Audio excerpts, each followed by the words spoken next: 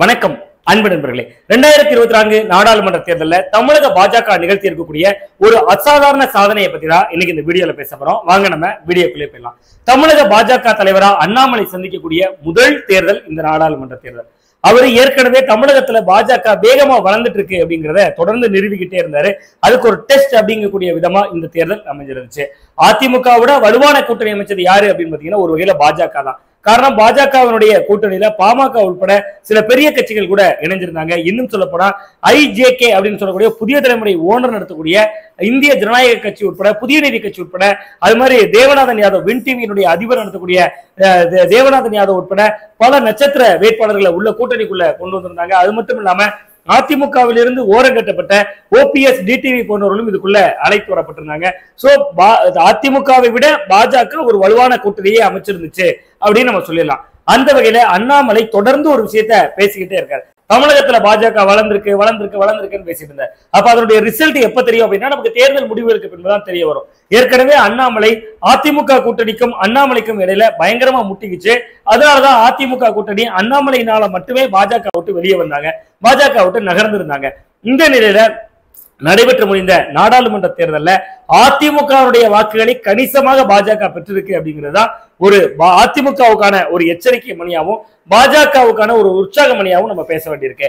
முதல்ல கடந்த 2019 நாடாளுமன்ற தேர்தல் அதிமுகவினர் ஒரு ஒப்புகை போடுறாங்க, ஒரு கிராஃப் போட்டு விளக்குறாங்க. அதிமுக கடந்த 2019 19.39% வாக்குகள் பெற்றிருந்துச்சு. அதே 2024 நாடாளுமன்ற தேர்தலில் அதுல இருந்து 1% அளவுக்கு வாக்குப்பதிவு கூடி 20.46% வாக்குகள் வாங்கியிருக்கு. சோ எங்களுடைய ஓட்டு பெர்சன்டேஜ் கூடி இருக்கு அப்படின்னு தொடர்ந்து அதிமுகவினர் பேசுறாங்க. அதாவது 2019 பாராளுமன்ற தேர்தலில் 19.39ஆகவும் 2024 பாராளுமன்ற தேர்தலில் 20.46ஆகவும் இருக்கு அப்படின்னு அதிமுகவுடைய ஓட்டு வங்கியை சொல்றாங்க.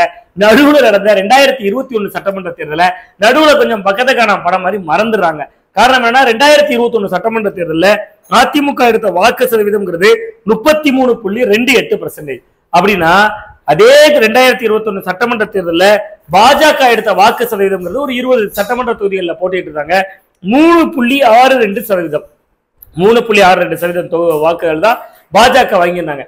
ஆனா இந்த நாடாளுமன்ற தேர்தலில் பாஜக எடுத்திருக்கக்கூடிய பாஜக கூட்டணியில பாஜக மட்டும் எடுத்திருக்கக்கூடிய வாக்குகள் என்பது 11.24%, கிட்டத்தட்ட ஒரு 11% ஓட்ட பாஜக எடுத்திருக்கு. அதே நேரத்துல அதிமுகவுடைய ஓட்டு வங்கி என்று சொல்வது ஒரு 13% குறைஞ்சிருக்கு. நாம் தமிழர் கட்சி தேர்தல் ஆணையத்தால் அங்கீகரிக்கப்பட்ட கட்சி அப்படின்னு சொல்லக்கூடிய அளவுக்கு அதனுடைய ஓட்டு சதவீதமும் கூடியிருக்கு.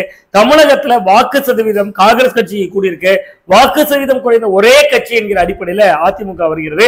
வாக்கு சதவீதத்தை 7% வரை அண்ணாமலையினுடைய வருகைக்கு பின்பு பாஜகவில் 7% வரை வாக்குப்பதிவு கூடியிருக்கு. அவங்களுடைய வளர்ச்சி சதவீதம் கூடியிருக்கு. சோ பாஜகவை பொறுத்தவரை இப்ப 11% வாக்குப்பதிவு உள்ள ஒரு கட்சியா இருக்கு.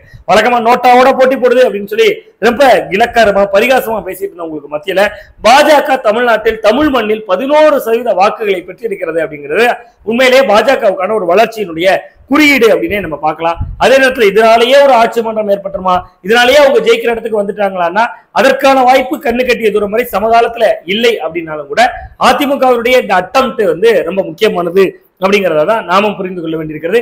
மீண்டும் ஒரு நல்ல அரசியல் அப்டேட்டோடு உங்களை சந்திக்கின்றேன். நான் உங்கள் சுவாமிநாதன், ஊடகவியலாளர்.